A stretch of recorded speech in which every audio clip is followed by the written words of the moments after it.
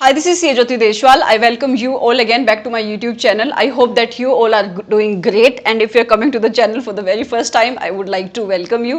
और अगर आपने चैनल को अभी तक सब्सक्राइब नहीं किया है तो please do subscribe to the channel.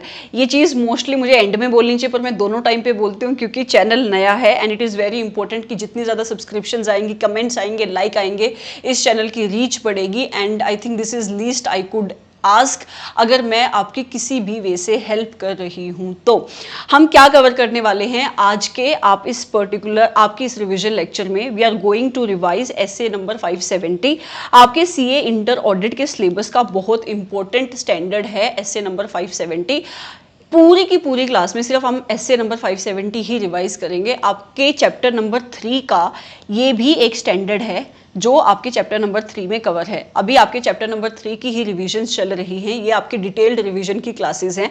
As you know, अगर आप इन क्लासेस को फॉलो कर रहे हो, हम इन क्लासेस में सिर्फ रिवाइज नहीं करते बल्कि रिवीजन के अंदर भी हम बार बार रिवाइज करते हैं. हम आपके स्टैंडर्ड को, आपके चैप्टर को, हर एक वर्ड को समझने की कोशिश करते हैं और मैं कोशिश करती हूँ कि जितना हो सके मैं एग्जाम्पल दूँ, लेकिन फिर भी क्योंकि at the end of the day these are revision classes, मैं हर एक चीज के एग्जाम्पल नहीं दे सकती the way we do in regular classes. Okay, so what we are going to cover today, we are going to revise in detail your SA number 570. 570 किसके बारे में बात करता है? तो 570, मेरे साथ बोलो 570, क्योंकि इंटर के बच्चों को एसए के नाम भी नहीं याद होते. एक बार मैं शायद ये वीडियो भी बना सकती हूँ कि आप अपने स्टैंडर्ड के नाम कैसे याद रखो, क्योंकि जब तक हम फाइनल लेवल पे पहुंचते हैं उस टाइम तक हमें स्टैंडर्ड्स के नाम याद हो जाते हैं, नंबर याद हो जाते हैं, लेकिन इंटर के बच्चों को स्टैंडर्ड के नंबर और स्टैंडर्ड के नाम तक याद नहीं होते. ठीक है, तो ये एक काम कर सकते हैं कि आपको स्टैंडर्ड के नंबर और नाम याद कराए जा सकते हैं. तो अभी के लिए बोलो कि एसए नंबर 570 किसकी बात करता है? एसए नंबर 570 बात करता है ऑडिटर की रिस्पॉन्सिबिलिटी क्या है in relation to going concern. तो आपका पहला क्वेश्चन मुझसे ये आना चाहिए मैनेजमेंट कि मैम कि हमने आज तक अपनी 11th क्लास में हम अपना अकाउंट्स पढ़ के आए थे और हमने तो वहाँ पे ये सीखा था कि मैनेजमेंट मतलब जो हमारी एंटिटी होती है, जब हमारी एंटिटी फाइनेंशियल स्टेटमेंट बनाती है वो अपनी फाइनेंशियल स्टेटमेंट को गोइंग कंसर्न के बेसिस पे बनाती है. तो जब हमारी मैनेजमेंट की रिस्पॉन्सिबिलिटी है कि वो अपनी फाइनेंशियल स्टेटमेंट को गोइंग कंसर्न के हिसाब से बनाए, तो इसमें हमारे ऑडिटर का क्या काम? तो मेरी बात ध्यान से सुनो, मैनेजमेंट की रिस्पॉन्सिबिलिटी है कि वो गोइंग कंसर्न के हिसाब से अपनी फाइनेंशियल स्टेटमेंट को बनाए. अब फटाफट इस क्लास को जितने भी बच्चे देख रहे हैं, मुझे ये बताओ कि कितने बच्चों को अभी तक याद है कि गोइंग कंसर्न का मतलब क्या होता है? गोइंग कंसर्न का मतलब क्या होता है? आपने 11th क्लास में पहली बार ये वर्ड सुना होगा, गोइंग कंसर्न. तो गोइंग कंसर्न का मतलब होता है कि मैनेजमेंट फ्यूचर में बिजनेस को कैरी ऑन करेगी, इस एक्सपेक्टेशन को ध्यान में रखकर अपनी फाइनेंशियल स्टेटमेंट बनाती है. मतलब मैनेजमेंट ये एक्सपेक्ट करती है कि वो for a foreseeable period of time अपने बिजनेस को कैरी ऑन करेगी. मतलब जब वो अपनी फाइनेंशियल स्टेटमेंट बना रही है, जिस टाइम पे वो अपना प्रॉफिट एंड लॉस अकाउंट बना रही है, अपनी बैलेंस शीट बना रही है, अपना कैश फ्लो स्टेटमेंट बना रहे हैं, जो भी आपके वो कंपोनेंट्स हैं आपकी फाइनेंशियल स्टेटमेंट के, वो 6 कंपोनेंट जब वो बना रही है, उस टाइम पे आपकी मैनेजमेंट ये सोच रही है कि वो फ्यूचर में अपने बिजनेस को कैरी ऑन करेगी. मतलब मैनेजमेंट की कोई इंटेंशन नहीं है फ्यूचर में अपने बिजनेस को लिक्विडेट करने की.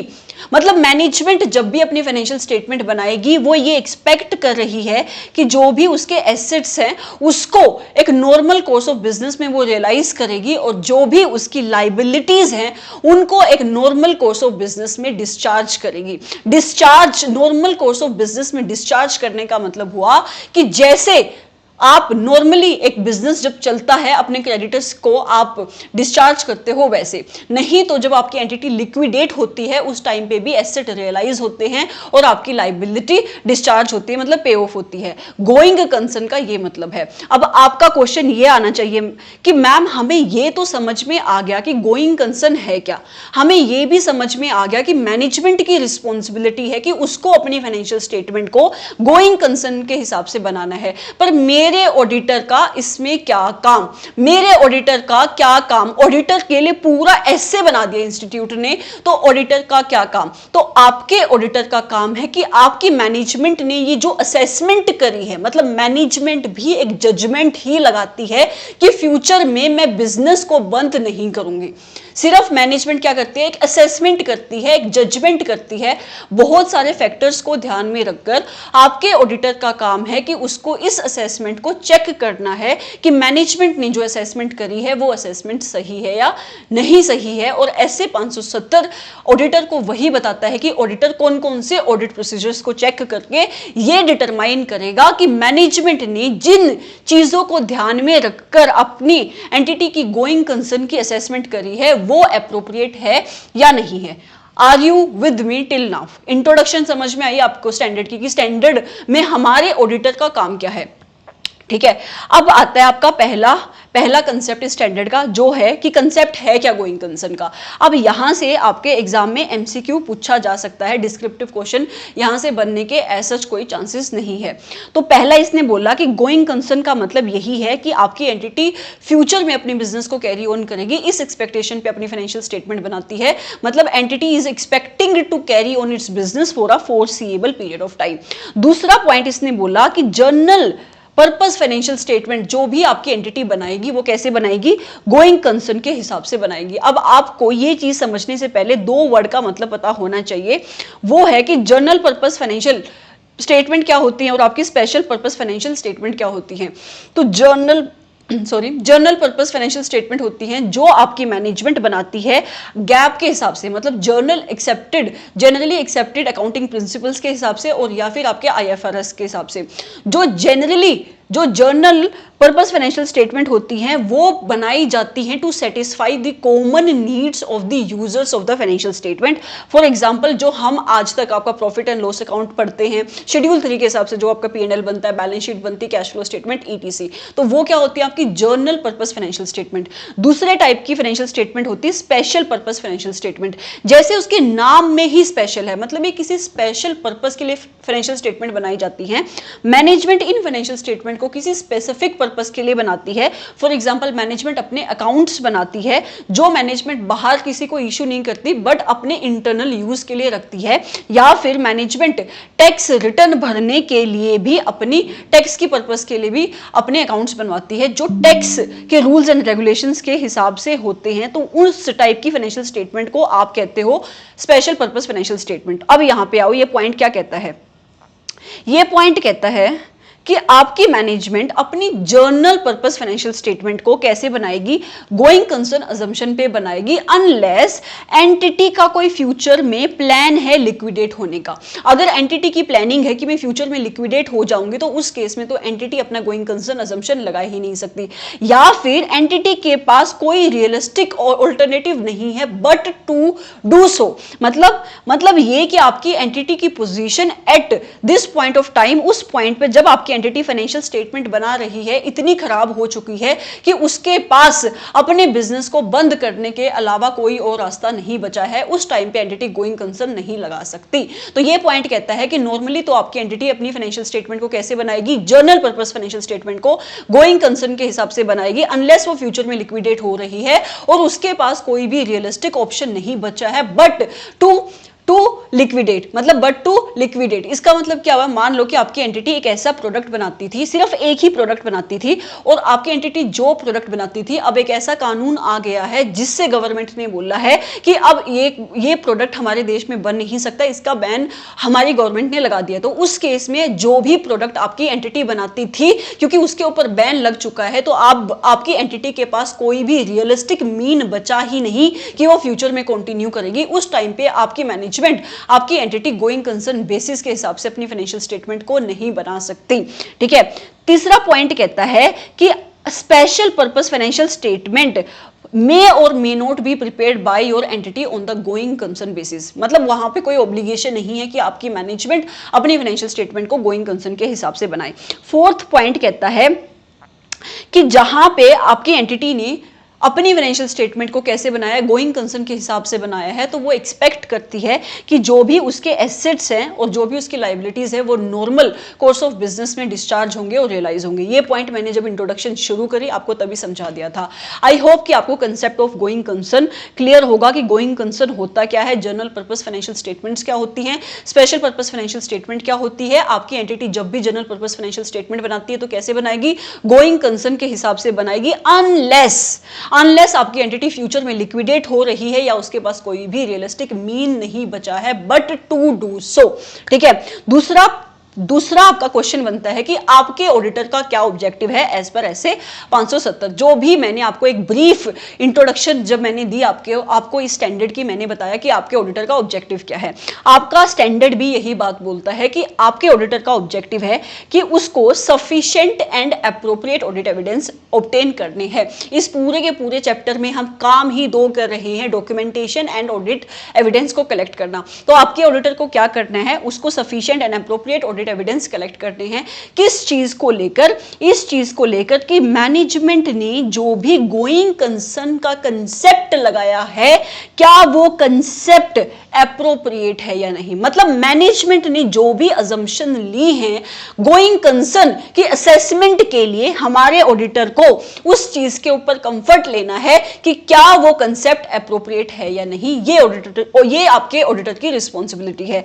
उसके साथ साथ आपके ऑडिटर की रिस्पॉन्सिबिलिटी है ये कंक्लूड करने की कि क्या कोई मटेरियल अनसर्टेनिटी एग्जिस्ट करती है, क्या कोई एक ऐसी अनसर्टेनिटी एग्जिस्ट करती है, कोई ऐसी सिचुएशन एग्जिस्ट करती है जो एंटिटी के ऊपर एक डाउट अराइज कर सकती है कि वो फ्यूचर में गोइंग कंसर्न के तरीके से काम नहीं कर पाएगी। Are you getting me what I am trying to say here.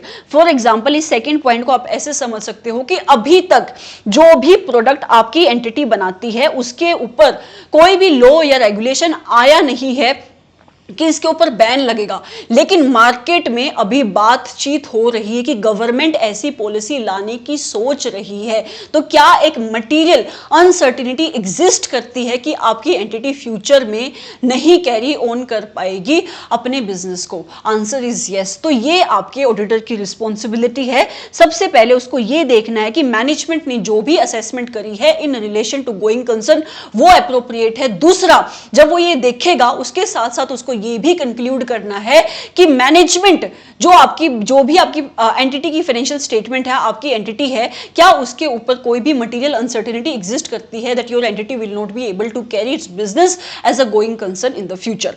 दूसरा पॉइंट कहता है this requirement will be applicable even if FRF does not specifically provide the assessment of going concern. मतलब ऑडिटर की ये रिस्पॉन्सिबिलिटी तब भी applicable होगी अगर आपका financial reporting framework going concern के बारे में चाहे कुछ बोलता है चाहे कुछ नहीं बोलता है। उसके बाद वो कहता है, ये पॉइंट आप मार्क कर लो यहाँ पे, थर्ड पॉइंट, यहां से भी एमसीक्यू पूछे जाते हैं।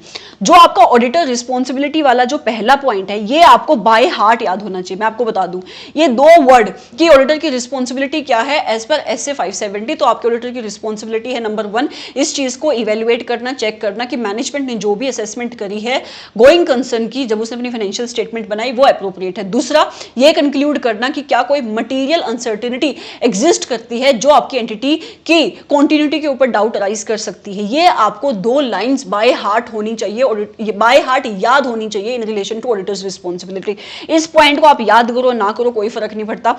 ये तीसरा पॉइंट एमसीक्यू में पूछा जा सकता है कि देखो आपका ऑडिटर असेसमेंट करेगा, क्योंकि अगर उसको ये चेक करना है कि मैनेजमेंट की असेसमेंट ठीक है या नहीं, उसको खुद भी एक असेसमेंट करनी पड़ेगी। वो कंक्लूड करेगा in relation to material uncertainty कोई एग्जिस्ट करती है या नहीं। ये पॉइंट कहता है कि मान लो जब आपके ऑडिटर ने ये असेसमेंट करी कि क्या कोई मटेरियल अनसर्टेनिटी एग्जिस्ट करती है जो एक सिग्निफिकेंट डाउट डाल सकती है आपकी एंटिटी के ऊपर कि वो फ्यूचर में कंटिन्यू करेगी या नहीं करेगी एज अ गोइंग कंसर्न। जब आपका ऑडिटर इस चीज की असेसमेंट कर रहा था उस टाइम पे अगर आपके ऑडिटर की असेसमेंट ये है कि हमारे एट प्रेजेंट कोई भी ऐसी सिचुएशन नहीं है जिसकी वजह से डाउट आए, ठीक है, तो ये पॉइंट कहता है इस चीज को आप सर्टेन मत मान लेना। मतलब इस चीज को, ऑडिटर की इस बात को तुम गारंटी नहीं ले सकते। मतलब ऑडिटर की कोई रिस्पॉन्सिबिलिटी नहीं है कि अगर वो फ्यूचर में जाके वो एंटिटी गोइंग कंसर्न ना रहे, मतलब वो लिक्विडेट हो जाए, कुछ भी हो जाए और वो कंटिन्यू ना कर पाए। ये पॉइंट इसलिए इंपॉर्टेंट है क्योंकि आपका इंस्टीट्यूट इससे एमसीक्यू बना लेता है। कई बार उसने एमसीक्यू बनाया है, वो अलग अलग सिचुएशन में इसको डाल सकता है, किसी भी केस स्टडी में डाल सकता है, किसी भी पॉइंट में डाल सकता है। हमारे ऑडिटर की कही हुई बात, हमारे ऑडिटर की असेसमेंट, उसकी ये कंक्लूजन की कोई भी मटीरियल अनसर्टेनिटी एग्जिस्ट नहीं करती है, कोई भी ऐसी सिचुएशन एग्जिस्ट नहीं करती है that may cast a significant doubt, इसका मतलब ये नहीं है कि हमारा ऑडिटर कोई भी गारंटी दे रहा है। ठीक है, ये आपका क्या था, ऑडिटर की रिस्पॉन्सिबिलिटी क्या है in relation to going concern. फिर आता है मैनेजमेंट की रिस्पॉन्सिबिलिटी क्या है। अभी अभी मैंने बताया मैनेजमेंट की ही तो रिस्पॉन्सिबिलिटी है फाइनेंशियल स्टेटमेंट बनाना, तो मैनेजमेंट की ही रिस्पॉन्सिबिलिटी है कि जब वो फाइनेंशियल स्टेटमेंट बनाएगी वो कैसे बनाएगी, गोइंग कंसर्न के बेसिस पे बनाएगी, अनलेस वही दो पॉइंट, अनलेस वो फ्यूचर में क्या कर रही है, लिक्विडेट कर रही है, या उसके पास कोई और रियलिस्टिक मीन नहीं बचा है but to do so, right. उसके बाद वो कहता है कि जहां पे मैनेजमेंट अपनी फाइनेंशियल स्टेटमेंट को गोइंग कंसर्न के हिसाब से नहीं बना रही है, उस टाइम पे आपकी मैनेजमेंट को इस बात को बताना पड़ेगा, इसका क्या देना पड़ेगा, डिस्क्लोजर देना पड़ेगा अपनी फाइनेंशियल स्टेटमेंट में, और साथ साथ में ये भी बताना पड़ेगा कि अगर गोइंग कंसर्न नहीं तो क्या, मतलब कि अगर मैंने अपनी फाइनेंशियल स्टेटमेंट को गोइंग कंसर्न के हिसाब से नहीं बनाया, सबसे पहले तो मैं डिस्क्लोजर दूंगी, मैनेजमेंट कह रही है बात, उसके बाद मैं ये भी बताऊंगी कि गोइंग कंसर्न नहीं तो क्या,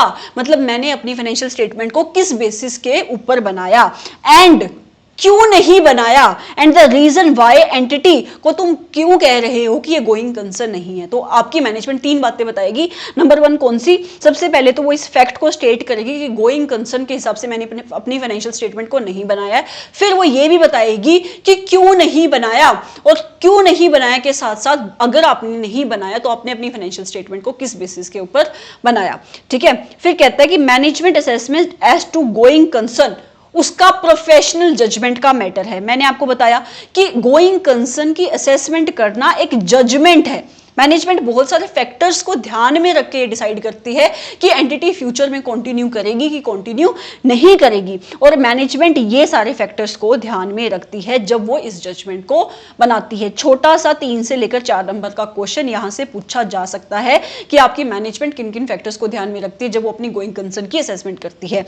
नंबर 1, कितनी अनसर्टेनिटी एग्जिस्ट करती है in relation to outcome of an event, in relation to outcome of an event.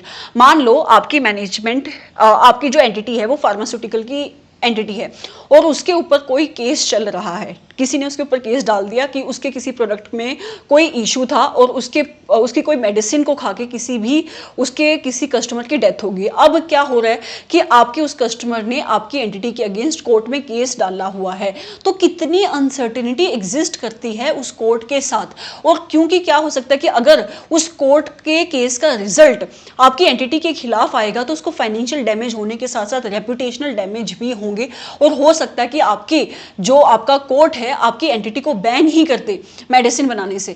ठीक है, तो कितने चांसेस हैं, कितनी अनसर्टेनिटी एग्जिस्ट करती है, इस फैक्टर को आपकी एंटिटी ध्यान में रखेगी जब वो अपनी गोइंग कंसर्न की असेसमेंट करेगी। दूसरी चीज, साइज और कॉम्प्लेक्सिटी कैसा है और नेचर ऑफ बिजनेस कैसा है।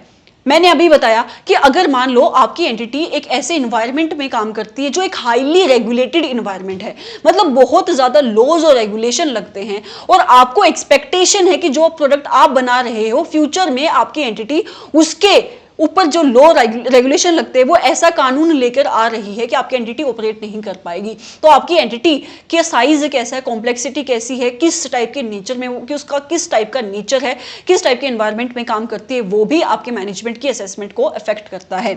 तीसरी चीज, आपकी मैनेजमेंट के पास इंफॉर्मेशन कौन सी अवेलेबल है, कितनी इंफॉर्मेशन अवेलेबल है। अगर मान लो कोर्ट में केस चल रहा है तो आपकी मैनेजमेंट के पास इंफॉर्मेशन कितनी अवेलेबल है कि हमारे हारने के कितने चांसेस हैं और जीतने के कितने चांसेस हैं। तो आपकी मैनेजमेंट इन फैक्टर्स को ध्यान में रखकर अपनी असेसमेंट करती है। तो एक बार मुझे फटाफट फिर से बता दो, हमने पहले क्या सीखा, कंसेप्ट ऑफ गोइंग कंसर्न, फिर हमने देखा कि ऑडिटर की रिस्पॉन्सिबिलिटी क्या है, और तीसरा हमने देखा कि मैनेजमेंट की रिस्पॉन्सिबिलिटी क्या है और मैनेजमेंट कौन कौन से फैक्टर्स को कंसीडर करेगी जब वो गोइंग कंसर्न की असेसमेंट करवाएगी। Are you with me till now, are you with me till now. अब आपके जो आगे वाले 2 क्वेश्चन हैं ये सीए फाइनल के हैं। सीए फाइनल के मैंने यहाँ क्यों लिखे हैं, एक्चुअली ये जो चार्ट है ये वाला, ये सीए फाइनल का ही चार्ट है, और सीए फाइनल में क्योंकि आपके स्टैंडर्ड का जो कंटेंट है वो बहुत ज़्यादा है as compare to CA inter की ऑडिट, इसलिए मैंने इस वाले चार्ट में ही अमेंडमेंट कर दी, और जो आपके सीए फाइनल के पोर्शन था उसको मैंने, ऑब्वियसली मैं आपको नहीं पढ़ाऊंगी, लेकिन ये चार्ट सीए फाइनल का है तो ये 2 टॉपिक हम नहीं पढ़ेंगे। अब आपका अगला टॉपिक जो पढ़ने वाला है वो ये है, 1 सेकेंड, कि मान लो जब आपका ऑडिटर ये ऑडिट प्रोसीजर्स कर रहा था, तो अगला क्वेश्चन जो आपका बनता है यहाँ से इस ऐसे 570 से, वो है कि आपका ऑडिटर कौन कौन से एडिशनल ऑडिट प्रोसीजर्स परफॉर्म करेगा इन केस अगर उसको कोई भी इवेंट और कंडीशन आइडेंटिफाइड हुई है। मतलब आपका ऑडिटर जब असेसमेंट कर रहा था उस केस में उसको क्या मिला, वो इवेंट मिल गए, वो कंडीशन उसको मिल गई which are casting a significant doubt on the entity's ability to continue as a going concern in the future. तो उस केस में स्टैंडर्ड कहता है कि ऑडिटर को sufficient and appropriate audit evidences collect करने पड़ेंगे। स्टैंडर्ड कहता है कि अगर उसको कोई भी इवेंट मिला है, कोई भी कंडीशन मिला है, जिन इवेंट और जिन कंडीशन की वजह से आपके ऑडिटर को लगता है कि मेरी एंटिटी फ्यूचर में एज अ गोइंग कंसर्न नहीं ऑपरेट कर पाएगी, तो उसको क्या करना पड़ेगा, उसको sufficient and appropriate audit evidences collect करने पड़ेंगे, ये डिसाइड करने के लिए, ये डिटरमाइन करने के लिए कि क्या इन इवेंट और कंडीशन की वजह से कोई मटेरियल अनसर्टेनिटी एग्जिस्ट करती है या नहीं करती है। फिर स्टैंडर्ड कहता है कि आपका ऑडिटर कौन कौन से एडिशनल ऑडिट प्रोसीजर्स परफॉर्म कर सकता है। तो पहली सिचुएशन आती है कि आपकी मैनेजमेंट ने अभी तक कब तक, जब तक आपके ऑडिटर को ये इवेंट और ये कंडीशन मिले हैं उस टाइम तक आपके मैनेजमेंट ने अपनी फाइनेंशियल स्टेटमेंट की गोइंग कंसर्न की असेसमेंट नहीं करी है। तो ऐसे कहता है कि सबसे पहले आपका ऑडिटर रिक्वेस्ट करेगा मैनेजमेंट को कि मैनेजमेंट आप अपनी गोइंग कंसर्न की असेसमेंट कर दो। उसके साथ साथ आपका ऑडिटर मैनेजमेंट से उसका प्लान पूछेगा, मैनेजमेंट को बोलेगा कि मैनेजमेंट आपका प्लान क्या है, आप कैसे अपनी गोइंग कंसर्न की असेसमेंट करने वाले हो। फॉर एग्जांपल मान लो कि आपके ऑडिटर को एक इवेंट मिला, मतलब कोई भी सिचुएशन मिली, कोई कंडीशन मिली कि मान लो कि आपके एंटिटी के ऊपर कोर्ट में केस चल रहा है। उस केस में आपका ऑडिटर सबसे पहले मैनेजमेंट को बोलेगा कि मैनेजमेंट मुझे ये इवेंट मिली है, ये कंडीशन मिली है, तो आपका क्या प्लान है, मतलब आप कैसे इस सिचुएशन को डील करने वाले हो। क्योंकि अगर ऑडिटर को लगता है कि कोई भी ऐसी इवेंट है, कोई कंडीशन है जिसकी वजह से एंटिटी फ्यूचर में नहीं कंटिन्यू कर पाएगी एज अ गोइंग कंसर्न, उस केस में उसको एक मटीरियल अनसर्टेनिटी ढूंढनी पड़ती है by performing the various audit procedures for obtaining the sufficient and appropriate audit evidences. तो आपका ऑडिटर सबसे पहले मैनेजमेंट से पूछेगा कि मैनेजमेंट अगर आपने अभी तक गोइंग कंसर्न की असेसमेंट नहीं करी है तो सबसे पहले आप गोइंग कंसर्न की असेसमेंट कर दो। उसके साथ साथ तुम्हारा प्लान क्या है मुझे ये बताओ, मतलब अगर तुम कोर्ट में केस हार जाओगे तो तुम इस सिचुएशन को कैसे डील करोगे, तुम्हारा प्लान क्या है। और अगर आपकी मैनेजमेंट जब आपके ऑडिटर को अपना प्लान बताती है, वो बताती है कि मेरे पास अगर मैं कोर्ट में केस हार भी गई तो मेरे पास इतने फंड्स पड़े हुए हैं, मैं यहां से पैसे दे दूंगी, उसके बाद मेरे पास इतने फंड बचे हुए हैं, मैं यहां से अपने प्रोजेक्ट्स को शुरू करूंगी, ईटीसी ईटीसी, उस केस में आपके ऑडिटर की रिस्पॉन्सिबिलिटी है कि वो आपके मैनेजमेंट के बताए हुए प्लान की इवैल्यूएशन करे और उसके साथ साथ ये भी वो डिसाइड करेगा कि क्या आपके मैनेजमेंट ने कोई कैश फ्लो का फोरकास्ट किया है, मतलब क्या आपके मैनेजमेंट ने अपने प्लान के साथ कैश फ्लो की फोरकास्टिंग करी है कि फ्यूचर में उसको कहां से इनफ्लोज आने वाले हैं, उसका आउटफ्लो कितना होगा। आपकी एंटिटी के ऊपर अगर फाइनेंशियल बर्डन आता है because of the loss, because of losing of this case court, तो आपकी एंटिटी उसको कहां से मीट करने वाली है और आपका ऑडिटर आपकी एंटिटी के इस कैश फ्लो के फोरकास्ट की इवैल्यूएशन करेगा। तीसरा पॉइंट कहता है इसके साथ साथ अगर आपके ऑडिटर को कोई और एडिशनल फैक्ट और इंफॉर्मेशन मिलते हैं जो उसकी इनिशियल असेसमेंट को अफेक्ट कर सकते हैं, उनको भी कंसीडर करेगा। इसके साथ साथ आपका ऑडिटर मैनेजमेंट से क्या मांगेगा, एक रिटर्न रिप्रेजेंटेशन मांगेगा एज पर ऐसे 580। वो मैनेजमेंट को बोलेगा कि मैनेजमेंट आप मुझे लिख के दो कि आपने मुझे ये जो प्लान दिया है इस प्लान की फिजिबिलिटी क्या है, उसकी भी वो असेसमेंट करेगा। मतलब कि मैनेजमेंट ने जो आपको प्लान लिख के दिया वो कितना फिजिबल है। ऐसे तो मैनेजमेंट कुछ भी कह सकती है कि मुझे फ्यूचर में यहां से पैसे आने वाला है, मैं ये बेच दूंगी, या मेरे पास इतना स्टॉक पड़ा है, इस स्टॉक को मैं सेल करके मुझे इतना इन्फ्लोज आ जाएगा, बट क्या वो एक्चुअल में फिजिबल भी है, जो आपकी मैनेजमेंट ने अपना फोरकास्ट बना के दिया है क्या वो एक्चुअल में फिजिबल है या नहीं है। तो ये सारे ऑडिट प्रोसीजर्स आपका ऑडिटर परफॉर्म करेगा। अब आता है वो क्वेश्चन, वो मेन क्वेश्चन अगर आपसे एग्जाम में पूछा जाता है, ये आप कह सकते हो एक इंट्रोडक्शन पार्ट था इन रिलेशन टू कि आपका ऑडिटर कैसे ये इवेल्युएट करेगा कि क्या कोई मटेरियल अनसर्टेनिटी एग्जिस्ट करती है अगर उसको कोई इवेंट और कंडीशन आइडेंटिफाई हुए हैं। अगर आपसे एग्जाम में ये क्वेश्चन आता है कि आपके ऑडिटर को कौन कौन से ऑडिट प्रोसीजर परफॉर्म करने हैं इन रिलेशन, अगर उसको कोई इवेंट और कंडीशन आइडेंटिफाई हुई है जो आपकी एंटिटी के गोइंग कंसर्न को अफेक्ट कर रही है, ये क्वेश्चन आपसे 4 से लेकर 5 नंबर में पूछा जा सकता है। तो आपका ऑडिटर डायरेक्ट, मतलब आप ये डायरेक्ट इन सारे पॉइंट्स को वहां पे लिख कर आओगे। कौन कौन से हैं ये पॉइंट, सबसे पहले आपका ऑडिटर एनालाइज करेगा कैश फ्लो, आपका आपका ऑडिटर एनालाइज करेगा प्रॉफिट या फिर कोई भी फोरकास्ट आपकी मैनेजमेंट ने किया है। मैंने अभी अभी बताया कि आपका ऑडिटर सबसे पहले मैनेजमेंट से पूछता है कि मैनेजमेंट तुम्हारा प्लान क्या है, तुम कैसे डील करने वाली हो इस इवेंट और इस कंडीशन को जो मैंने आइडेंटिफाई करी है। तो अगर मैनेजमेंट बोलती है कि मेरे पास एक प्लान है, उसके साथ साथ मैंने एक फोरकास्ट भी बनाई है, तो आपका ऑडिटर एनालाइज करेगा आपकी मैनेजमेंट की फोरकास्ट को। दूसरा पॉइंट कहता है कि उसके साथ साथ अगर आपकी एंटिटी की कोई इंटरिम फाइनेंशियल स्टेटमेंट अवेलेबल है तो आपका auditor will check those interim financial statement. ये हम ऐसे 560 में भी कवर करते हैं इन ऑर्डर टू अंडरस्टैंड कि जो आपकी इवेंट थी, वो आपकी कंडीशन जो एग्जिस्ट कर रही थी, कि क्या वो फ्यूचर में जाके मटेरियलाइज हुई या नहीं हुई।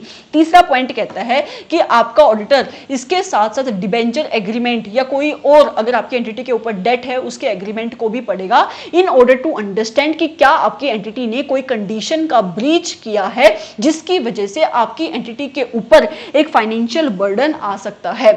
आगे कहता है कि आपका ऑडिटर मिनट्स भी पढ़ेगा, आपकी एंटिटी मतलब आपकी मैनेजमेंट की जो भी मीटिंग्स हुई हैं उन मीटिंग्स की मिनट को ही will read in order to understand कि क्या आपकी एंटिटी में कोई सिग्निफिकेंट डिफिकल्टी एग्जिस्ट करती है, क्योंकि अगर सिग्निफिकेंट डिफिकल्टी एग्जिस्ट करती होगी तो आपकी मैनेजमेंट ने उसको अपनी मीटिंग में डिस्कस किया होगा। उसके साथ साथ आपका ऑडिटर आपकी एंटिटी के जो लीगल काउंसिल है, जो एडवोकेट है, उनके साथ भी इंक्वायरी करेगा ये जानने के लिए कि आपकी एंटिटी के ऊपर कौन कौन सा कोर्ट केस चल रहा है और उस कोर्ट का इफेक्ट आपकी एंटिटी की फाइनेंशियल स्टेटमेंट के ऊपर, आपकी एंटिटी की गोइंग कंसर्न की असेसमेंट के ऊपर कैसे पड़ सकता है। और वो रिव्यू करेगा अगर कोई एक्शन लिया है किसी भी रेगुलेटरी अथॉरिटी ने आपकी एंटिटी के ऊपर। फॉर एग्जांपल मान लो एक इनकम टैक्स के डिपार्टमेंट ने आपकी एंटिटी को एक लीगल नोटिस भेजा है कि आपकी एंटिटी के बहुत सारे ह्यूज टैक्सेस पेंडिंग है, या फिर आपकी एमसीए ने आपकी एंटिटी को मतलब आपके आरओसी ने आपकी एंटिटी के ऊपर सर्च एंड सीजर का नोटिस निकाला है। तो अगर किसी भी रेगुलेटरी अथॉरिटी ने कोई भी एक्शन रिपोर्ट, कोई भी एक्शन लिया है आपकी एंटिटी के अगेंस्ट, तो आपका ऑडिटर उस एक्शन रिपोर्ट को रिव्यू करेगा इन ऑर्डर टू अंडरस्टैंड कि क्या इस एक्शन रिपोर्ट की वजह से आपकी एंटिटी की गोइंग कंसर्न अफेक्ट होती है या नहीं होती है। तो अगर 4 से लेकर 5 नंबर के लिए ये क्वेश्चन पूछा जाता है तो आप ये पॉइंट्स लिखकर आओगे। So this was your question कि आपके ऑडिटर को कौन कौन से एडिशनल ऑडिट प्रोसीजर्स परफॉर्म करने पड़ेंगे जब उसको इवेंट और कंडीशन आइडेंटिफाई हुई हैं, वो इवेंट वो कंडीशन जो एक मटेरियल अनसर्टेनिटी अराइज करती हैं कि आपकी एंटिटी फ्यूचर में गोइंग कंसर्न के तरीके से काम नहीं कर पाएगी। ठीक है, अगला क्वेश्चन जो आपके एग्जाम के पर्सपेक्टिव से इंपॉर्टेंट है इस स्टैंडर्ड से, वो है कि मान लो आपके ऑडिटर ने आपकी एंटिटी की गोइंग कंसर्न की असेसमेंट करी और उसको पता लगा कि एंटिटी ने जो गोइंग कंसर्न की असेसमेंट करी है वो एप्रोप्रिएट है, लेकिन आपकी फाइनेंशियल स्टेटमेंट में एक मटेरियल अनसर्टेनिटी एग्जिस्ट करती है। तो उस केस में आपके ऑडिटर का ऑडिट प्रोसीजर्स क्या होंगे, ये पॉइंट आपका वो बताता है। और स्टैंडर्ड कहता है कि आपका ऑडिटर क्या डिसाइड करेगा, मतलब कि उसने ये डिटरमाइन कर लिया है कि मैनेजमेंट की जो गोइंग कंसर्न की असेसमेंट है वो ठीक है, लेकिन एक मटेरियल अनसर्टेनिटी भी एग्जिस्ट करती है। तो स्टैंडर्ड कहता है कि सबसे पहले तो आपका ऑडिटर ये इवेलुएट करेगा, ये चेक करेगा कि क्या आपकी मैनेजमेंट ने एक एडुकेट डिस्क्रिप्शन दी है उन इवेंट, उन कंडीशन को लेकर जो एक सिग्निफिकेंट डाउट डाल रही हैं आपकी एंटिटी की ability to continue as a going concern.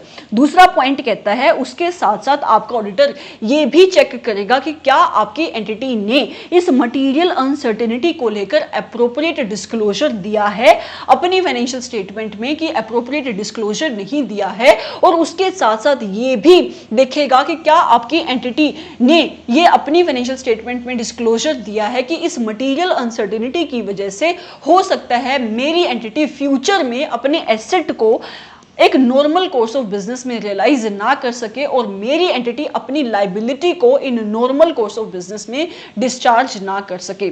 तीसरा पॉइंट आता है आपकी रिपोर्ट का, कि मान लो आपके ऑडिटर ने जब ये दूसरा पॉइंट चेक किया कि क्या मेरी मैनेजमेंट ने इस बात को कि मेरी फाइनेंशियल स्टेटमेंट में एक मटेरियल अनसर्टेनिटी एग्जिस्ट करती है, इसका डिस्क्लोजर अप्रोप्रिएटली दिया है फाइनेंशियल स्टेटमेंट में, उस केस में स्टैंडर्ड कहता है कि आपका ऑडिटर इवैल्यूएट करेगा इस सिचुएशन का इफेक्ट क्या पड़ रहा है उसकी ऑडिट रिपोर्ट पे, और आपका स्टैंडर्ड कहता है कि क्योंकि आपकी मैनेजमेंट ने एक अप्रोप्रिएट डिस्क्लोजर दिया है तो आपका ऑडिटर भी एक अनमोडिफाइड ओपिनियन देगा, आपका ऑडिटर भी एक क्लीन ओपिनियन देगा। पर उसके साथ साथ क्योंकि एक मटेरियल अनसर्टेनिटी एग्जिस्ट करती है और ये एक ऐसा मैटर है जिसके ऊपर जो हमारे यूजर्स हैं फाइनेंशियल स्टेटमेंट के, उनका एम्फेसिस, उनका ध्यान इस साइड दिलवाना पड़ेगा, उसके साथ साथ आपका ऑडिटर क्या ऐड करेगा, उसमें एक EOM para add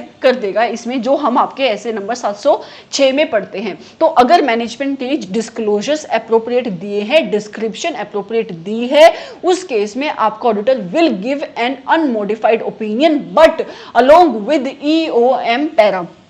EOM para में हाईलाइट होगा आपकी वो कौन सी मटेरियल अनसर्टेनिटी थी, आपकी मटेरियल अनसर्टेनिटी कौन सी थी और कौन सी वो इवेंट थे, कौन सी वो कंडीशंस थी जिनकी वजह से ये मटेरियल अनसर्टेनिटी आपकी फाइनेंशियल स्टेटमेंट में एग्जिस्ट करती है, ताकि जो आपके यूजर्स हैं फाइनेंशियल स्टेटमेंट के वो इस मटेरियल अनसर्टेनिटी को अच्छे से अंडरस्टैंड कर सके।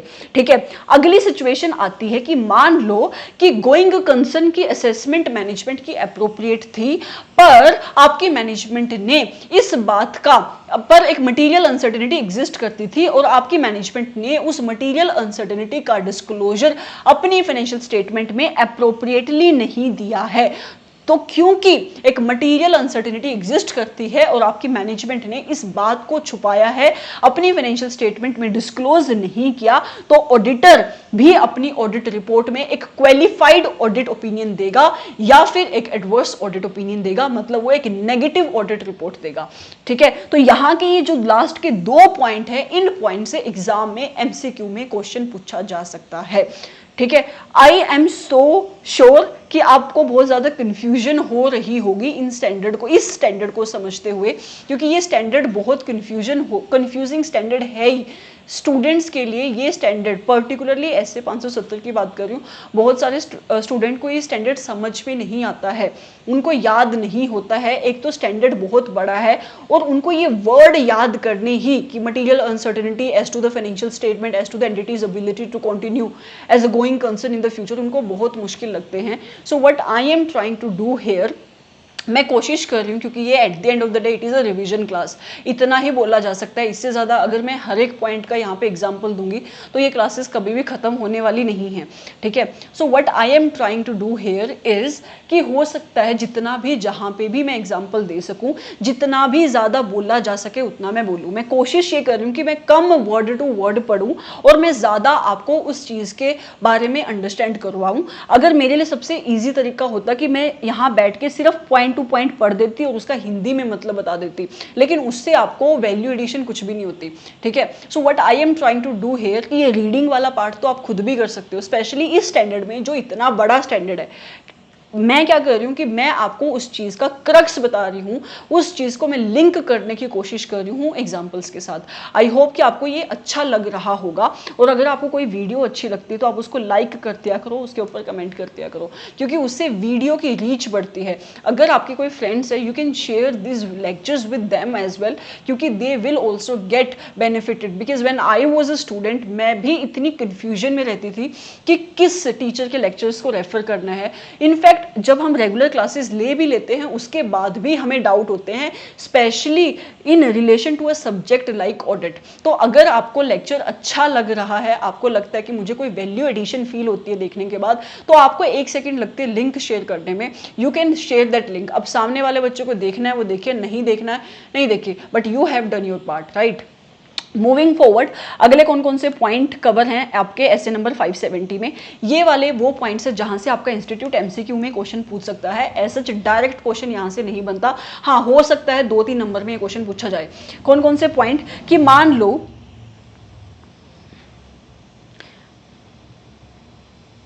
आपका ऑडिटर, एक सेकेंड, आपके ऑडिटर ने चेक किया, हाँ आपके ऑडिटर ने चेक किया कि मैनेजमेंट ने जो गोइंग कंसर्न असेसमेंट करी है उस वो गोइंग कंसर्न असेसमेंट क्या है, इनअप्रोप्रिएट है, मतलब मैनेजमेंट ने गलत गोइंग कंसर्न की असेसमेंट करी है। मैनेजमेंट कह रही है कि मैं फ्यूचर में as a going concern continue करूंगी, लेकिन जो ऑडिटर की असेसमेंट है गोइंग कंसर्न को लेकर, वो असेसमेंट ऐसी है कि मैनेजमेंट फ्यूचर में नहीं कंटिन्यू कर सकती, क्योंकि मैनेजमेंट की सिचुएशन ऐसी है। जैसे मैंने एग्जाम्पल दिया था कि मान लो कोई नया कानून आ गया, कोई लॉ और रेगुलेशन का ऑर्डर आ गया है, जिसकी वजह से जो आपकी एंटिटी जो सिर्फ एक गुड बनाती थी उसके ऊपर बैन हो गई है। तो अगर उसके ऊपर बैन लग गया है तो आपके ऑडिटर को भी दिखाई दे रहा है कि आपकी एंटिटी फ्यूचर में नहीं कंटिन्यू कर पाएगी एज अ गोइंग कंसर्न, पर आपकी मैनेजमेंट ने असेसमेंट को अदरवाइज किया है। मतलब आपकी मैनेजमेंट कहती है कि मैं तो गोइंग कंसर्न के तरीके से ही काम करूंगी, मैं तो फ्यूचर में कंटिन्यू करूंगी। उस केस में क्योंकि गोइंग कंसर्न ही आपकी मैनेजमेंट की इनअप्रोप्रिएट है, तो स्टैंडर्ड कहता है कि आपका ऑडिटर एक एडवर्स ओपिनियन देगा। अगला पॉइंट कहता है कि मान लो आपकी मैनेजमेंट मान नहीं रही है अपनी असेसमेंट को एक्सटेंड करने के लिए। इसका क्या मतलब हुआ कि नॉर्मली आपकी मैनेजमेंट को अपने गोइंग कंसर्न की असेसमेंट करनी पड़ती है एटलीस्ट 12 महीने के लिए। मतलब वो ये बताती है कि आने वाले 12 महीने में मैं कंटिन्यू करूंगी अपने बिजनेस को, उसकी असेसमेंट करती है।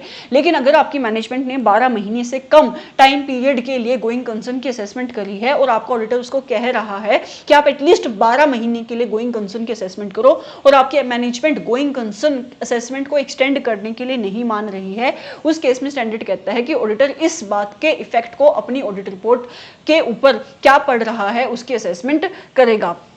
अगला पॉइंट कहता है कि आपके ऑडिटर को जो भी इवेंट और कंडीशन आइडेंटिफाई हुए हैं, वो इवेंट वो कंडीशन जिसका एक सिग्निफिकेंट डाउट आ सकता है on the entity's ability to continue as a going concern in the future, आपके ऑडिटर की रिस्पॉन्सिबिलिटी है कि वो उन इवेंट्स को, उन कंडीशन को किसको बताए, टीसीडब्ल्यूजी को बताएगा। और जब वो टीसीडब्ल्यूजी को कम्युनिकेट करेगा तो वो सारे के सारे इवेंट, वो सारे के सारे कंडीशन उस कम्युनिकेशन के अंदर लिखे होंगे, जिन इवेंट जिन कंडीशन की वजह से एक मटीरियल अनसर्टेनिटी अराइज होती है। और उसके बाद वो ये भी बताएगा कि मैनेजमेंट ने जो गोइंग कंसर्न की असेसमेंट करी है, क्या वो असेसमेंट एप्रोप्रिएट है या नहीं, और मैनेजमेंट ने जो भी डिस्क्लोजर्स दिए हैं अपनी फाइनेंशियल स्टेटमेंट में, क्या वो डिस्क्लोजर्स एप्रोप्रिएट हैं कि वो डिस्क्लोजर्स एप्रोप्रिएट नहीं है। अगला पॉइंट आता है कि मान लो कि आपके जो मैनेजमेंट की फाइनेंशियल स्टेटमेंट का अप्रूवल है, उन अप्रूवल में बहुत ज़्यादा डिले हो रहा है, तो आपका ऑडिटर इंक्वायर करेगा आपकी मैनेजमेंट से कि क्या वो रीजंस है जिसकी वजह से एक सिग्निफिकेंट डिले हो रहा है आपकी मैनेजमेंट के एंड पे on the approval of your financial statement. और वो ये भी इवेलुएट करेगा कि क्या इस डिले की वजह कहीं ऐसी तो नहीं कि आपकी मैनेजमेंट गोइंग कंसर्न असेसमेंट नहीं कर पा रही है और इस वजह से आपकी अप्रूवल ऑफ फाइनेंशियल स्टेटमेंट में डिले हो रहा है। और आपका ऑडिटर ये इवेलुएट करने के लिए एडिशनल ऑडिट प्रोसीजर्स परफॉर्म करेगा और इवेलुएट करेगा कि क्या कोई मटीरियल अनसर्टेनिटी एग्जिस्ट करती है कि मटीरियल अनसर्टेनिटी एग्जिस्ट नहीं करती है। तो इन सिचुएशन से आपसे एमसीक्यू से क्वेश्चन पूछे जा सकते हैं। मैं बीच बीच में आपको हर जगह बताती हूँ कि क्या आपको याद करना है, कहाँ से एमसीक्यू के क्वेश्चन बन सकते हैं, क्योंकि हर एक जगह से एक टाइप का क्वेश्चन नहीं बन सकता। तो ये जो ऐसे पॉइंट हैं कि अगर ऐसा हुआ, if there is a significant delay in the approval of the financial statement on the end of the management, तो ऑडिटर का कोर्स ऑफ एक्शन क्या होगा। अब देखो, यहाँ से एमसीक्यू भी बन सकता है और यहाँ से डिस्क्रिप्टिव क्वेश्चन भी बन सकता है कि ऑडिटर का कोर्स ऑफ एक्शन क्या होगा। तो उस केस में यहाँ से आपसे डिस्क्रिप्टिव क्वेश्चन बन गया, लेकिन नीचे आकर अगर किसी एक स्पेसिफिक पोर्शन से पूछ लिया तो वहां से वो एमसीक्यू में भी इनकॉर्पोरेट हो सकता है। तो जब भी आप स्टैंडर्ड्स को पढ़ो तो स्टैंडर्ड को ऐसे ही पढ़ना है कि आपको याद क्या करना है, आपको समझना पूरा स्टैंडर्ड है, पर कहां से एमसीक्यू में क्वेश्चन बन सकता है और कहां से आपके डिस्क्रिप्टिव, मतलब जो आपका 70 नंबर का क्वेश्चन पेपर बनता है, वहां से क्वेश्चन बन सकता है। और अभी पूरा का पूरा सब्जेक्ट समझना, चाहे आप फाइनल लेवल पे जाके ऑडिट पढ़ो या आप इंटर लेवल पे पढ़ो, इंटर जो आपकी आपकी लेवल है वो बेस है फाइनल का। आपको जितने भी टॉपिक्स फाइनल में मिलेंगे वो आपके इंटर के ऑडिट की अंडरस्टैंडिंग के बेस पे ही मिलेंगे। और जब आप नेगेटिव मार्किंग आ जाएगी, आ ही गई है, उस केस में अगर आपकी अंडरस्टैंडिंग अच्छी नहीं है आप पास नहीं कर सकते कोई भी पेपर। इस चीज़ की मैं आपको रिटर्न में गारंटी दे सकती हूँ, स्पेशली अ सब्जेक्ट लाइक ऑडिट। ठीक है, मूविंग फॉरवर्ड अगला क्वेश्चन क्या है। अब ये क्वेश्चन है, जैसे ये क्वेश्चन है, ये एक डायरेक्ट क्वेश्चन है, मतलब यहाँ पे कोई प्रोसीजरल पार्ट नहीं है, यहाँ पे कोई भी ऐसी चीज़ नहीं है जहाँ से एमसीक्यू में क्वेश्चन पूछा जाए। ये एक डायरेक्ट क्वेश्चन है जहां पे आपसे क्वेश्चन पूछा जा सकता है कि वो कौन कौन से इवेंट है, वो कौन कौन से कंडीशंस है जो एक सिग्निफिकेंट डाउट डाल सकते हैं किसी भी एंटिटी के ऊपर कि हो सकता है वो फ्यूचर में कंटिन्यू ना करे। ठीक है, तो 3 टाइप के वो इवेंट हो सकते हैं। नंबर 1 वो फाइनेंशियल इवेंट हो सकते हैं, कोई भी फाइनेंशियल सिचुएशन हो सकती है, या वो ऑपरेटिंग कंडीशंस हो सकती हैं, या अदर इवेंट्स। तो यहाँ से बहुत एक माइन्यूट से चांसेस बनते हैं कि यहाँ से एमसीक्यू में कोई क्वेश्चन बने। यहाँ से डायरेक्ट क्वेश्चन बिल्कुल पूछा जा सकता है, और इंपॉर्टेंट है कि कौन कौन से इवेंट और कंडीशन है that may cast a significant doubt on the entity's ability to continue as a going concern. Number 1 आपके पहले फाइनेंशियल रीजंस कौन कौन से हो सकते हैं जो एंटिटी की एबिलिटी को अफेक्ट कर सकते हैं to continue as a going concern in the future.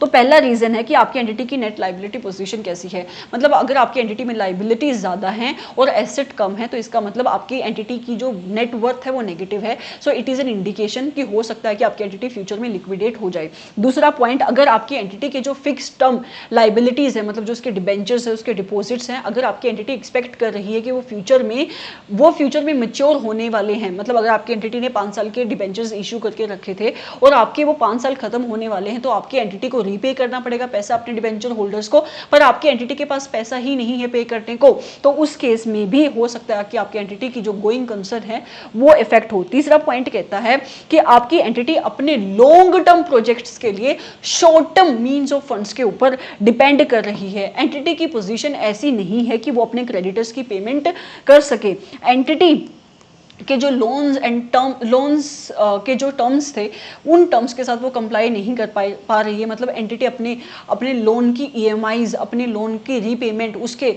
Interest को टाइम पे रीपे नहीं कर पा रही है, और आपकी एंटिटी अपने मेथड को चेंज कर रही है credit to cash to the supplier, क्योंकि जो उसके सप्लायर्स हैं वो उसको अब क्रेडिट पे सामान नहीं दे रहे हैं, मतलब उसकी क्रेडिट वर्दीनेस इतनी गिर गई है, वो कह रहे हैं कि हम सामान आपको तभी देंगे जब आप हमें कैश ला के दोगे। तो अगर ये सारी इंडिकेशंस हैं तो ये बातें उस चीज़ की तरफ इशारा करती हैं कि हो सकता है कि आपकी एंटिटी फ्यूचर में as a going concern operate ना करे।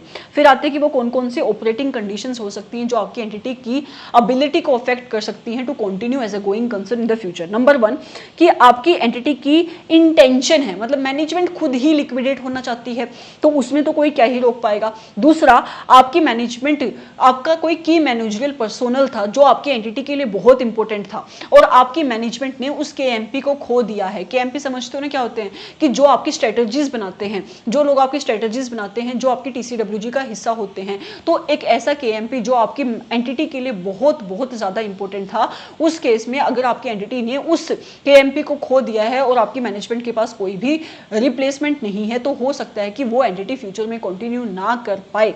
तीसरा पॉइंट कहता है कि अगर कोई आपकी एंटिटी लेबर डिफिकल्टी फेस कर रही है, मतलब जो भी आपकी एंटिटी के सारे लेबर थे कंपनी के, वो सारे के सारे कहाँ पे बैठे हुए हैं, स्ट्राइक पे बैठे हुए हैं। Shortage of important raw material, ये कैसा पॉइंट है कि मान लो कि आपकी एंटिटी जो गुड बनाती है, जो सर्विसेज देती है, उसके लिए आपकी एंटिटी को जो भी रॉ मटेरियल चाहिए, आपकी एंटिटी के पास कोई सप्लायर नहीं है उस रॉ मटेरियल को सप्लाई करने के लिए, तो उस केस में आपकी एंटिटी गुड्स को बना नहीं पाएगी, तो एंटिटी कैसे कंटिन्यू कर पाएगी। फिर कहता है कि मान लो कोई बहुत ही सक्सेसफुल कॉम्पिटिटर अराइज हो गया है over a period of night, जैसे कि जब जियो आया, जो बाकी के टेलीकॉम्स प्रोवाइडर थे, फॉर एग्जांपल वोडाफोन एंड आपके आइडिया ईटीसी, वैसे तो वोडाफोन और आइडिया का तो मर्जर ही हो गया, बट जितने भी बाकी के एयरटेल हो गया, ये जितने भी सर्विस प्रोवाइडर थे सबकी मार्केट खत्म कर दी जियो ने। सो ओवरनाइट जियो आया, तो उस केस में क्या हुआ कि अगर आपकी एंटिटी जो प्रोडक्ट बनाती है, जो सर्विसेज देती है, अगर उसका कोई कंपेटिटर अराइज हो जाता है, उस केस में भी उसकी गोइंग कंसर्न अफेक्ट हो सकती है। तो ये ऑपरेशनल रीजंस हैं। पहले जो हमने पॉइंट्स पढ़े वो फाइनेंशियल रीजंस थे, मतलब जहां पे उसके क्रेडिट वर्दीनेस, उसकी इन्वेस्टमेंट, उसके लोन के बारे में हमने बातें करी, ये वो उसके ऑपरेशनल फैक्टर्स हैं। उसके ऑपरेशनल मतलब उसकी इंडस्ट्री में क्या क्या चीज़ें हो रही हैं, उसके रॉ मटेरियल उसके पास अवेलेबल हैं या नहीं, तो जो उसके ऑपरेशंस को इफेक्ट कर सकते हैं, ये वो फैक्टर्स हैं जिसकी वजह से एंटिटी की फ्यूचर गोइंग कंसर्न पे इफेक्ट आ सकता है। तीसरे फैक्टर्स हैं आपके अदर्स, मतलब ऑपरेशन और फाइनेंशियल के अलावा भी कोई इवेंट और कंडीशन हो सकती हैं जो आपकी एंटिटी की ability to continue as a going concern के ऊपर इफेक्ट डाल सकती हैं। कौन कौन सी? नंबर 1, मान लो कि आपकी एंटिटी ने किसी भी लॉ या रेगुलेशन का नॉन कंप्लायंस किया है। अगर नॉन कंप्लायंस किया है तो उसके ऊपर डेफिनेटली कोई ना कोई एक्शन होगा, और हो सकता है वो एक्शन इतना ज़्यादा सिवियर हो कि उसके ऊपर एक ह्यूज पेनल्टी लगे, और कई बार हो सकता है उसके ऊपर क्या ही लग जाए, बैन लग जाए। ठीक है, तो अगर आपकी एंटिटी ने कोई भी नॉन कंप्लायंस किया है किसी भी लॉ या रेगुलेशन का, तो ये भी एक इवेंट को राइज करता है कि आपकी एंटिटी फ्यूचर में नहीं कंटिन्यू कर पाएगी as a going concern.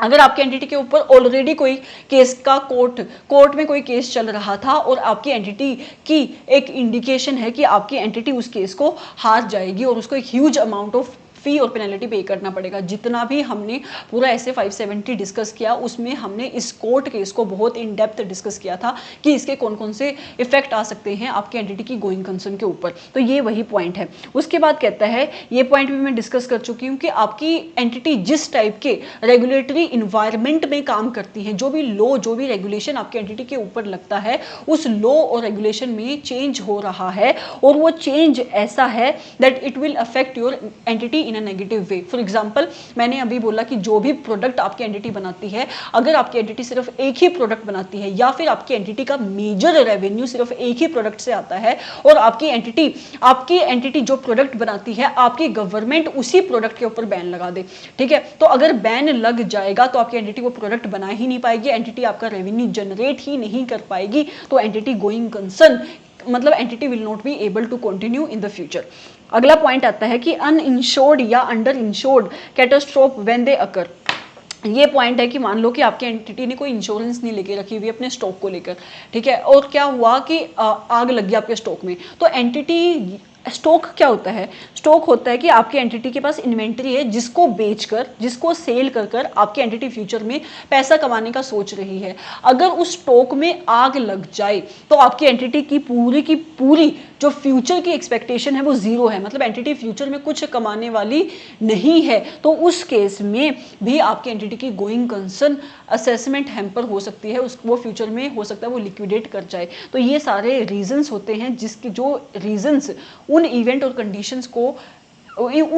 Condition को अराइज करते हैं which cast a significant doubt on the entity's ability to continue as a going concern in the future. And this was your essay 570। I hope कि आपको ये standard अच्छा लगा होगा। इस स्टैंडर्ड की मैं लास्ट में समरी रिवीजन नहीं करा रही हूँ, रीजन भी बहुत बड़ा स्टैंडर्ड है और ये लेक्चर वैसे ही बहुत बड़ा हो चुका है, और अगर मैंने समरी रिवीजन कराई तो कम से कम 15-20 मिनट और चलेगी उसकी समरी रिवीजन, क्योंकि जब मैं समरी रिवीजन भी कराती हूँ तो मुझे लगता है मैं बार बार रिवीजन कराती हूँ। So what we will do कि जब क्विक रिवीजन की क्लासेस आएंगी चैनल पे आपके एग्जाम से पहले, उन क्विक रिवीजन्स में हम इसको कवर करेंगे। इनफैक्ट क्विक रिवीजन में सारे के सारे ही पूरा सिलेबस आपका कवर होगा। जब भी आप क्विक रिवीजन की क्लासेस देखने बैठो उससे पहले आपको खुद से पूरा का पूरा सिलेबस रिवाइज करना है, ठीक है। आई होप कि आपको ये स्टैंडर्ड अच्छा लगा होगा, आपको ये क्लास अच्छी लगी होगी। जितना मेरे से हो सकता था कि जितने कम टाइम में मैं इस स्टैंडर्ड को कवर करा सकूं, मैं रिवाइज करा सकूं। Again these are only revision classes, इसमें कोई भी अंडरस्टैंडिंग अब भी नहीं है, क्योंकि जब हम अंडरस्टैंडिंग लेते हैं ना रेगुलर क्लास में, सबसे पहले हम फाउंडेशन की अंडरस्टैंडिंग लेते हैं। सब्जेक्ट क्या है, सब्जेक्ट में वर्ड्स जो यूज़ होते हैं उनकी अंडरस्टैंडिंग लेते हैं। बट फिर भी मैं कोशिश करती हूँ कि आपने कहीं से भी क्लास ली है, या वो बच्चे जो ऑडिट को सेल्फ करते हैं, क्योंकि होते हैं कुछ बच्चे, ऑल्दो मैं पर्सनली प्रेफर नहीं करती कि इंटर वाले बच्चों को सेल्फ करनी चाहिए, क्योंकि इंटर वाले बच्चों का बेस होता है। लेकिन फिर भी for whatever reasons if you are doing audit on your own, तो आप इन रिवीजन लेक्चर्स को डेफिनेटली रेफर कर सकते हो, पर थोड़ा सा हार्डवर्क आपको अपने एंड पर ज़्यादा करना पड़ेगा। और वो बच्चे जो कमेंट बॉक्स में कमेंट डाल रहे हैं कि where we can ask our doubt, तो मैंने वहाँ पे एक नंबर लिखा है, पता नहीं कौन सी क्लास के नीचे लिखा है, वो मेरी क्लास का व्हाट्सएप नंबर है, वहाँ पे आप डाउट डाल सकते हो। रीज़न ये है कि अभी जो क्लासेस की वेबसाइट है दैट इज़ अंडर कंस्ट्रक्शन, तो जिस दिन वो वेबसाइट बन जाएगी will start a Telegram channel and I will put every note that these notes everything will be made public. Okay, so तब तक अगर आपको कोई डाउट आता है तो आप उस नंबर पे डाउट डाल सकते हो। आई होप कि आपको ये क्लास अच्छी लगी होगी and if you have liked this class, do like the class and do share it. Thank you so much for staying with me. Have a nice day.